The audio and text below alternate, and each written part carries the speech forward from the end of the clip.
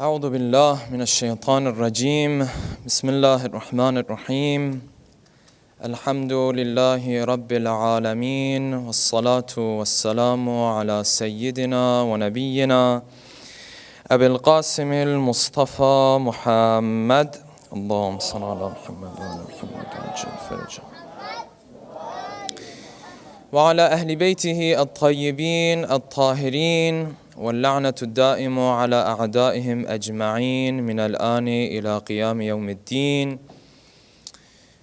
For the love of our beloved Prophet and his beloved progeny, please recite a second loud salawat. Allahumma salli ala Muhammad wa ala Muhammad wa ajil. For the hastening in the return of our beloved 12th Imam, please recite a third and loud final salawat. Allahumma salli ala Muhammad wa ala Muhammad. Inshallah, the topic that we intend to discuss today has to do with the topic of interaction between genders and the concept of hijab and Islam.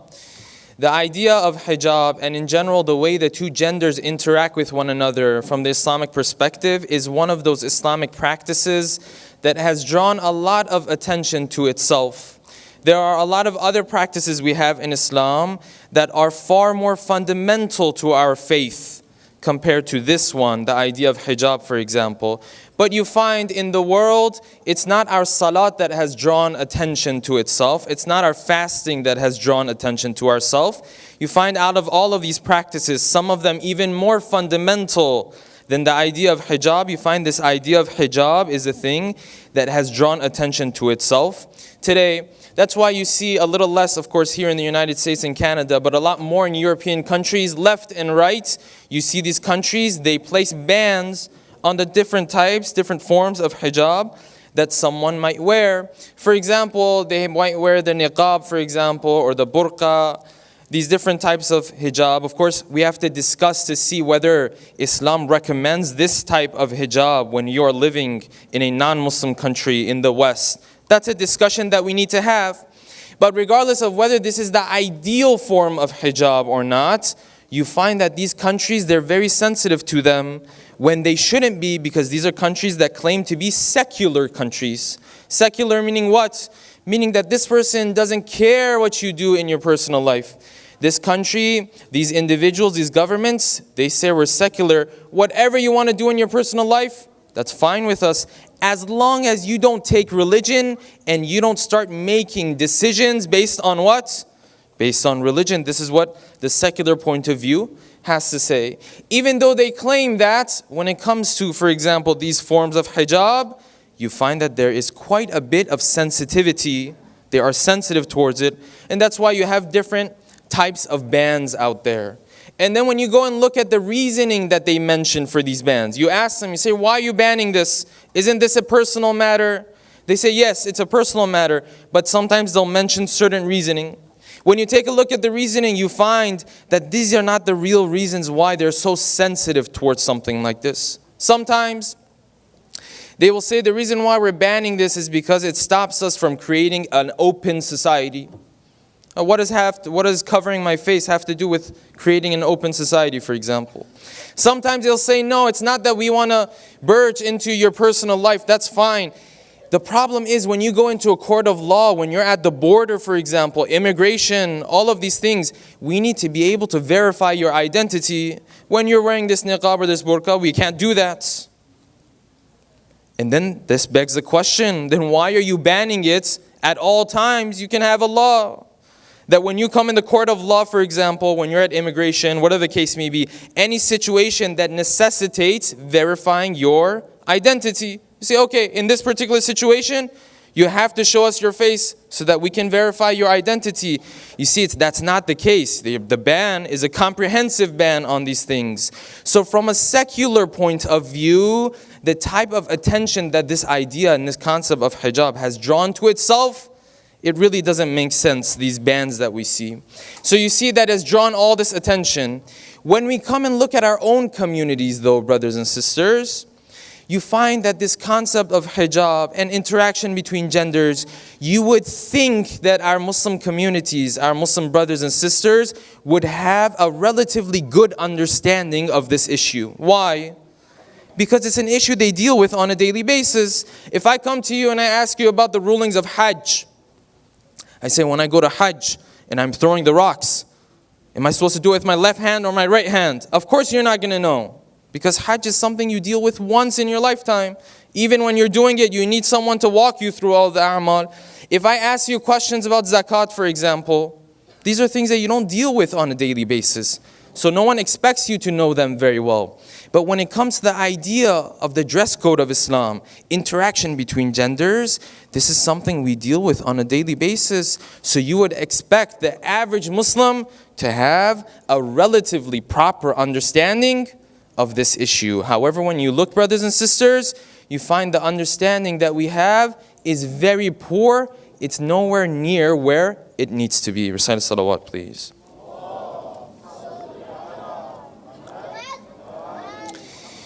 Our understanding of this issue, brothers and sisters, sometimes it's so poor, and these are all things that I've seen and experienced myself, that sometimes in family gatherings, when you have a couple of people who are considered more religious, more practicing than the others in the family, sometimes those less practicing individuals will start asking questions. You dress in this way, why? Where does Allah subhanahu wa ta'ala speak about this? Why do you do your hijab like this? They have questions about this topic.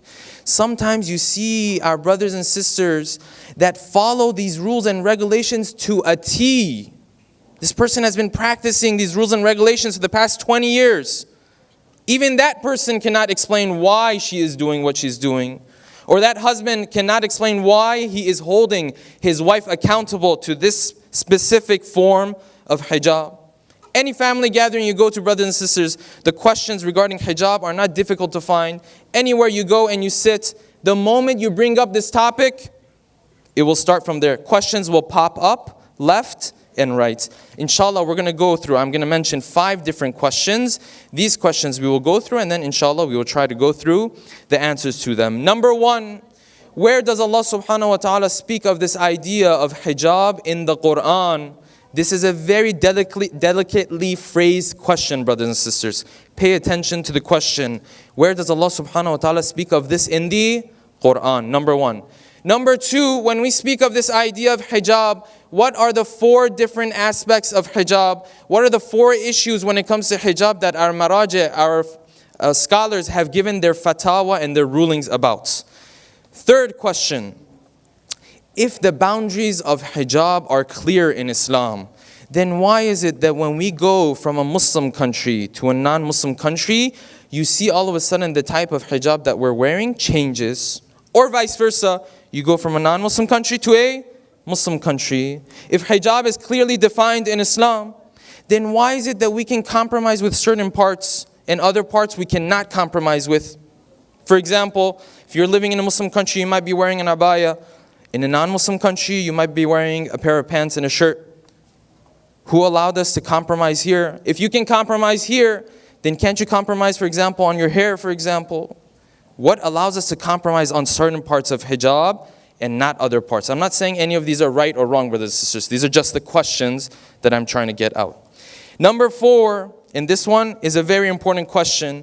If hijab has been legislated for the idea of modesty, to show that a woman is modest, then why is it that in a society that you can be considered modest without wearing the full hijab, why is it that I have to leave the house in full hijab? We say hijab is for what? It's for modesty. You go to work, in the workplace, a lot of people are dressed professionally, a lot of females are dressed professionally. You refer to them as modest individuals relatively. You don't have to walk out with full hijab for the average person to point to you and say, oh, this person is modest. No. The 5th question that we will discuss, inshallah, brothers and sisters, and this one is one that I see the sisters always bring up this issue.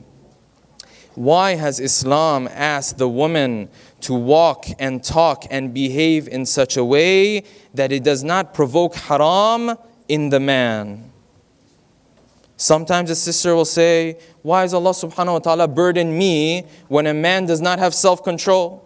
If he had self-control, I could dress in any way that I wanted to. Is this the case? Has Allah subhanahu wa ta'ala burdened the female to give credits to make the life of the male easier in Islam? Or is there more to that story. These are the 5 questions that we will be discussing, inshallah, and we will strive to provide answers to them. Recite a salawat, please.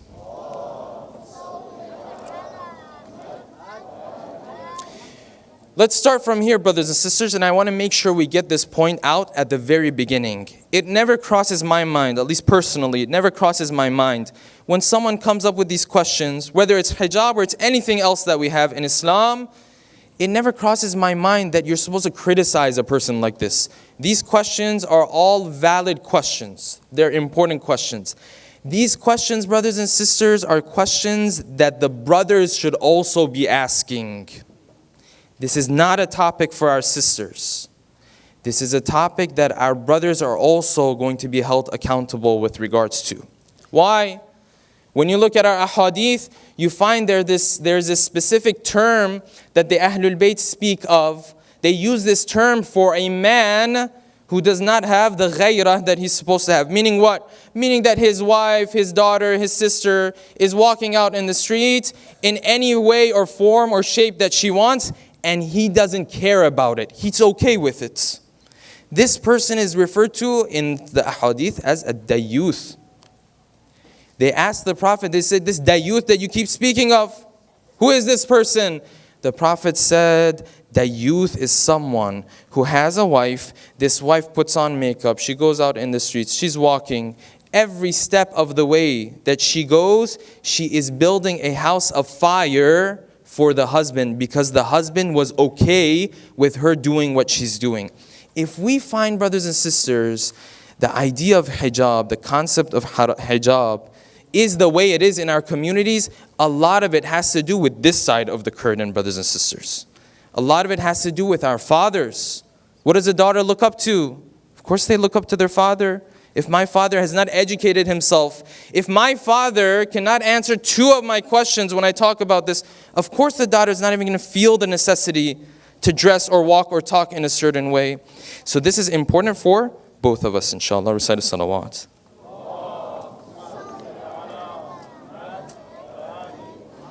That's the first point that we wanted to make. Number 2, before the sisters start feeling too sorry for themselves, because we'll be talking about hijab quite a bit, before we start feeling too sorry for ourselves and we say, oh, what a difficult task, please understand, brothers and sisters, that Allah subhanahu wa ta'ala has put a very difficult task also on the shoulders of who? Of the men. This is a task, brothers and sisters, that the men don't even get credit for. And I'll explain what I mean by that. Which task is this? The task of controlling what you look at and what you don't look at. Do not think that's an easy task Allah subhanahu wa ta'ala has put on the shoulders of the man. That is just as difficult that it is, for example, for a woman to have to cover up in the heat. It's a very difficult task. Let's go to the statistics. Statistics, as they say, they don't lie. When you go to the statistics, brothers and sisters, today we're dealing with this phenomenon, and I'm not going to go into details. We're dealing with a phenomenon. It's called explicit content. This is a serious issue. It's no longer a thing that you used to do, for example, 20 years ago, and then someone came to you and said, no, don't do this anymore. It's haram. It's not good. No, this is an addiction. It's a drug. Non-Muslims are calling this a drug. They have done studies on these things, brothers and sisters. The way the brain functions when it views such content.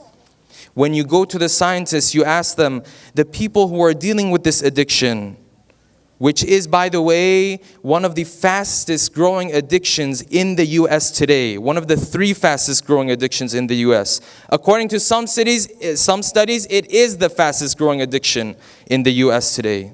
When you go to scientists, you ask them, you say, in terms of male and female, what percentage of people who are dealing with this addiction are male? They will say overwhelming majority are who? They're the men. This is a very difficult task Allah subhanahu wa ta'ala has put on the shoulders of a man. And a man does not even get credit for this. Why? Because a woman can always come and start questioning the idea of hijab. Why do I have to wear hijab? Why in this way? Why not in that way? All of these questions, these are valid. But what happens if a brother ever comes and says, why is it that I cannot look at the opposite gender? You're vilified instantly.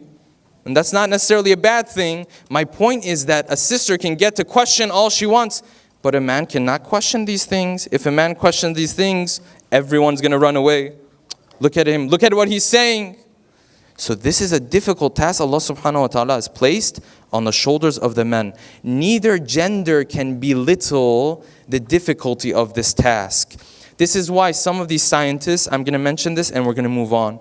Some of the scientists, they say, when we wanted to do studies to see what type of an effect this type of content has on the brain, we couldn't find anyone who would tell us, I have not watched this kind of stuff. So that we could scan his brain, see how his brain functions, and then see how the brain of those who have viewed such content functions. We couldn't find people like that. This is how prevalent this is. Why is it? Because it's such a difficult task for the male. So neither gender can belittle the task that Allah subhanahu wa ta'ala has placed on their shoulders. Recite a salawat, please.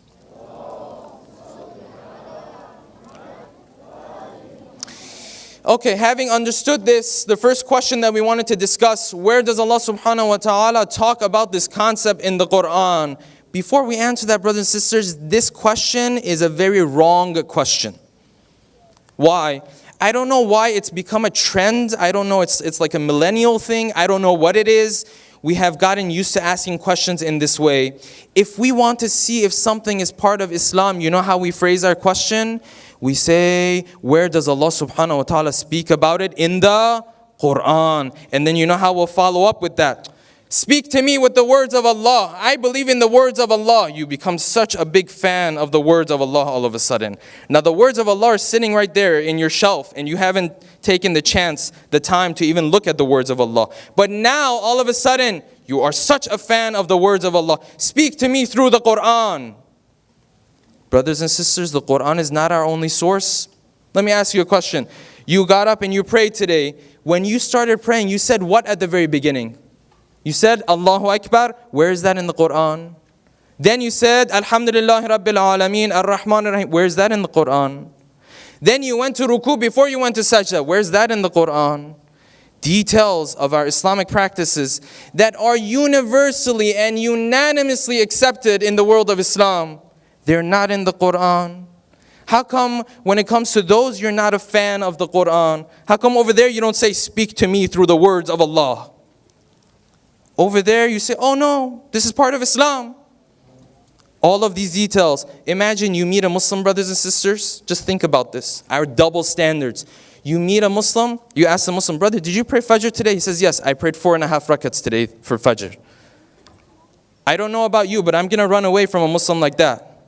I'm saying this guy's making up his new religion.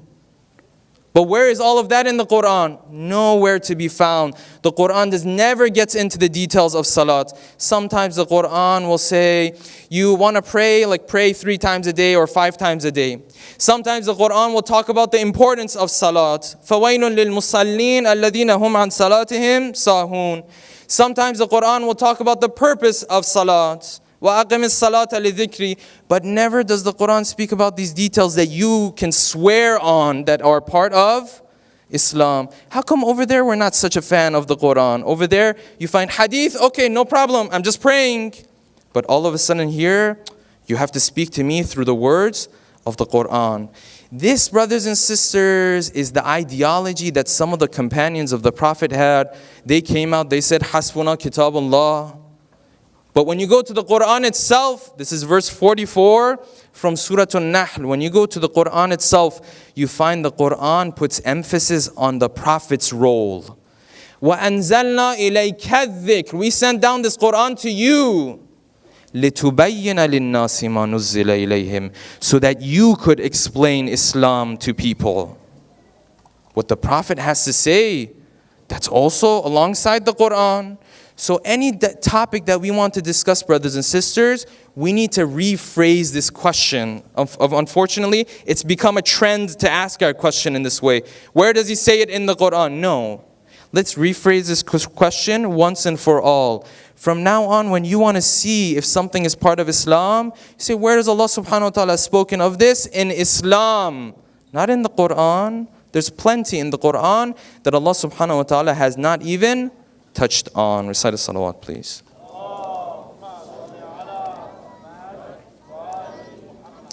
Having understood this, let us delve into the discussion itself. The 4 aspects of hijab, brothers and sisters. Number 1 is the most straightforward and simple aspect. Which parts of the body need to be covered? That's simple. Number 2, which ornaments is a woman allowed to display in the presence of non-mahram? This is the second aspect. The third aspect is makeup. Am I allowed to apply makeup?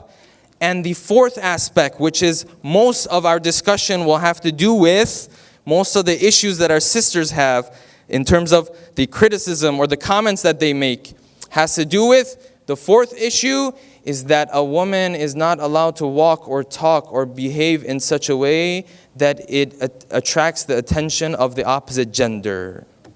That one, brothers and sisters, I have a lot to say about that one because there are questions that we need to answer in regards to that one. In particular, this question we talked about how Islam apparently burdens the women because a man does not have self-control. We will come to that question, inshallah. So these 4 aspects, let's start from the very beginning. When you go to the Quran, you find that we have multiple verses in the Quran regarding the dress code, but there's no doubt that these verses in the Quran, these 2, go into detail more than any others. Verse 30 and verse 31 from Surah An-Nur. You start out, say, Ya Allah, tell me about the dress code in Islam. You find Allah subhanahu wa ta'ala first and foremost, He starts out with the men. He says first, let me tell the men, قُلْ لِلْمُؤْمِنِينَ يَغُضُّوا مِنْ أَبْصَارِهِمْ. Tell them to put down their gaze and watch what they look at. وَيَحْفَظُوا فُرُوجَهُمْ. It's interesting, we don't know the story behind the revelation of this verse. There's a story that happened. Someone came to the Prophet after this story happened, and then this verse was revealed upon the Prophet. The story is that there was a young man in the city of Medina. He was walking one day. He saw another person from the opposite gender, a young woman, was walking in the opposite direction. This young man, he starts staring at this woman. As the woman keeps walking, he keeps staring at her, and he's walking in the opposite direction. So he's not paying attention to whatever's in front of him. He's looking backwards. He's staring backwards. As he continues to go, he enters an alley. In that alley, there is something sharp in the wall, maybe a piece of wood or something like that, and it wounds his face. And he still does not realize what happened. He's still staring, and he continues. And as he continues, the woman passes and goes, and then he looks at himself, there's blood everywhere. He goes to the Prophet, and the Prophet from far away sees him with all of this blood on his clothing. He asks him, what happened? He says, Ya Rasulullah, this is what happened. And this is where these verses of the Quran were revealed. It all started from what? From a brother being able to control his gaze and what he looks at. Okay, let's move on from that. We go on to the next verse. وَقُلْ لِلْمُؤْمِنَاتِ. And tell the mu'minat. First point, brothers and sisters. The verse does not say, go, Ya Rasulullah, and tell your wives. Sometimes people talk about hijab and say, yes, the wives of the Prophet, they were supposed... The verse does not speak about the wives. It says what? وَقُلْ لِلْمُؤْمِنَاتِ. Point number 1. وَقُلْ لِلْمُؤْمِنَاتِ يَغْضُضْنَ مِنْ أَبْصَارِهِنَّ. Tell them to watch what they look at. وَيَحْفَظْنَ فُرُوجَهُنَّ. And to cover their private parts. وَلَا يُبْدِينَ زِينَتَهُنَّ إِلَّا مَا ظَهَرَ مِنْهَا. And tell them to not display their beauties except the beauties that are zahir, that are not hidden, they are evidence.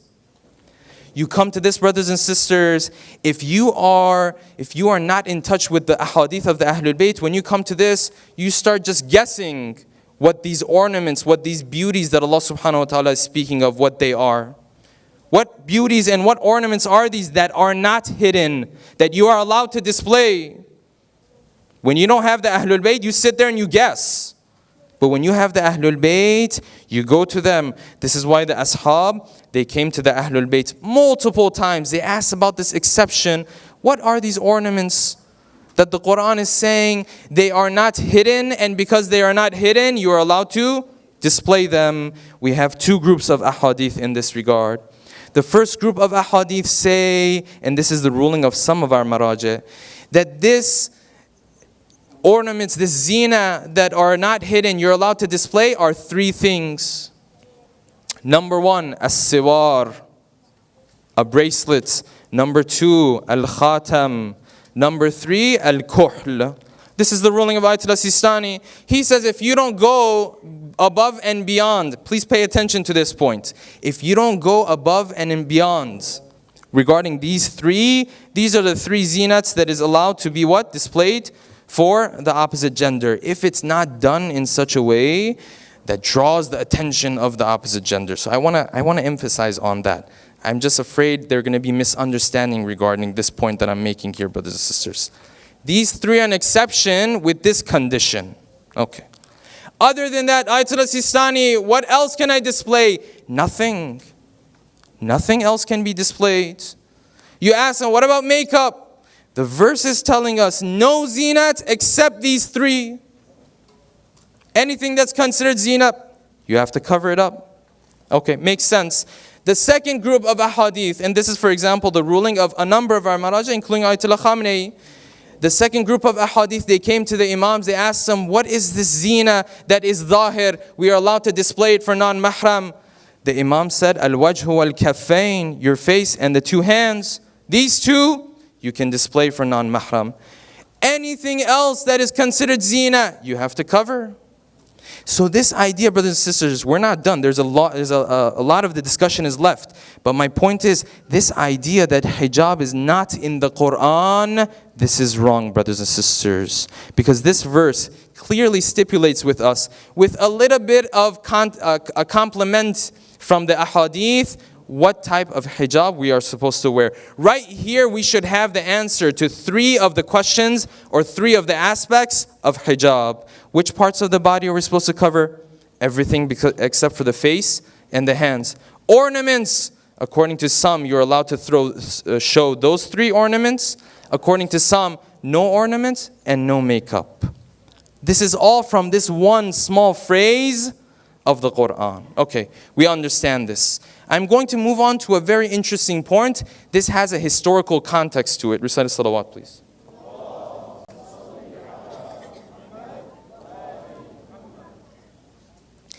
After Allah subhanahu wa ta'ala has stipulated this idea, that this is the idea of the hijab when it comes to our mu'minat, this is what they're supposed to do. Then he comes to a very important phrase in this verse. And this phrase, if you don't pay attention to it, if you're just skimming through the Quran as we usually do, then no question will pop up in your head. Like, what is this part of the verse talking about? But if you pay attention to it, it should be a question for you. Right after Allah subhanahu wa ta'ala says, وَلَا يُبْدِينَ زِينَتَهُنَّ, then he says, Ya Rasulullah, go and tell them to do something else too. وَلْيَضْرِبْنَ بِخُمُرِهِنَّ عَلَى جُيُوبِهِنَّ.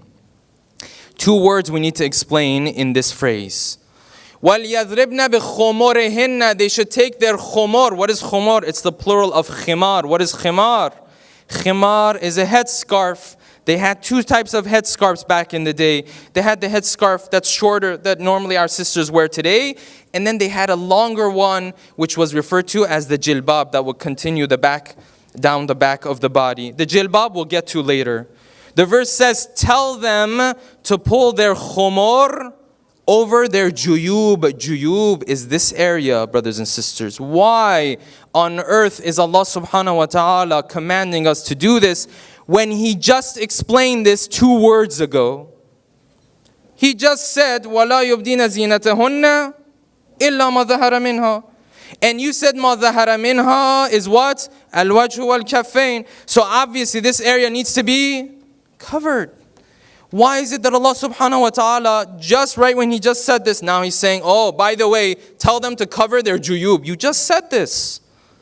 When we go and look into history, brothers and sisters, we see that the Muslim women back then, they used to wear something anyways.